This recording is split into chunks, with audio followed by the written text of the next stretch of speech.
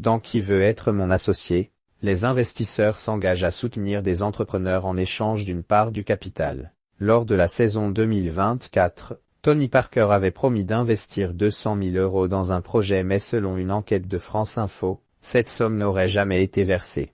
Pire encore, la participante concernée aurait appris son désistement par une tierce personne, sans aucune explication du basketteur. Depuis son lancement en 2020, l'émission Qui veut être mon associé sur M6 s'est imposée comme un rendez-vous incontournable pour les passionnés d'entrepreneuriat. Le principe est simple, chaque porteur de projet dispose de 1 minute et 30 secondes pour convaincre un jury d'investisseurs chevronnés de l'intérêt de son entreprise, en échange d'un apport financier contre une part du capital. Depuis sa première diffusion en 2020, le programme a su captiver les téléspectateurs par la diversité des projets présentés et les négociations, souvent intenses entre entrepreneurs et investisseurs. La nouvelle saison de Qui veut être mon associé a récemment débuté sur M6, réunissant un panel d'investisseurs prêts à dénicher les pépites de demain.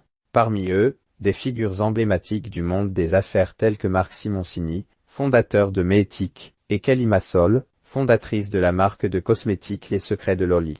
Cette dernière, ayant rejoint l'émission en 2024, apporte un regard neuf et une expertise précieuse, notamment dans le domaine de la cosmétique. Tony Parker, une promesse d'investissement non tenue. Lors de la 4e saison diffusée en 2024, l'émission a accueilli un investisseur de renom. Tony Parker, ancienne star du basketball, s'est reconverti en homme d'affaires. Son arrivée avait suscité un vif intérêt, notamment lorsqu'il s'était engagé à investir 200 000 € dans le projet d'une candidate. Cependant, selon une enquête de France Info, cette promesse n'aurait jamais été concrétisée. L'entrepreneuse concernée n'aurait plus eu de nouvelles du sportif après le tournage de l'émission et aurait même appris son désistement par l'intermédiaire d'une tierce personne, sans explication directe de Tony Parker.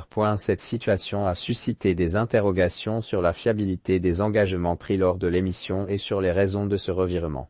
D'autant plus que la candidate ne serait pas la seule à ne pas avoir été financée par le compagnon d'Agathe Tessier, une dizaine d'autres entrepreneurs seraient concernés. L'ancienne star de basket, contactée par France Info, précise avoir soutenu plusieurs candidats de l'émission, mais sans avancer de montant précis, une situation délicate pour Tony Parker.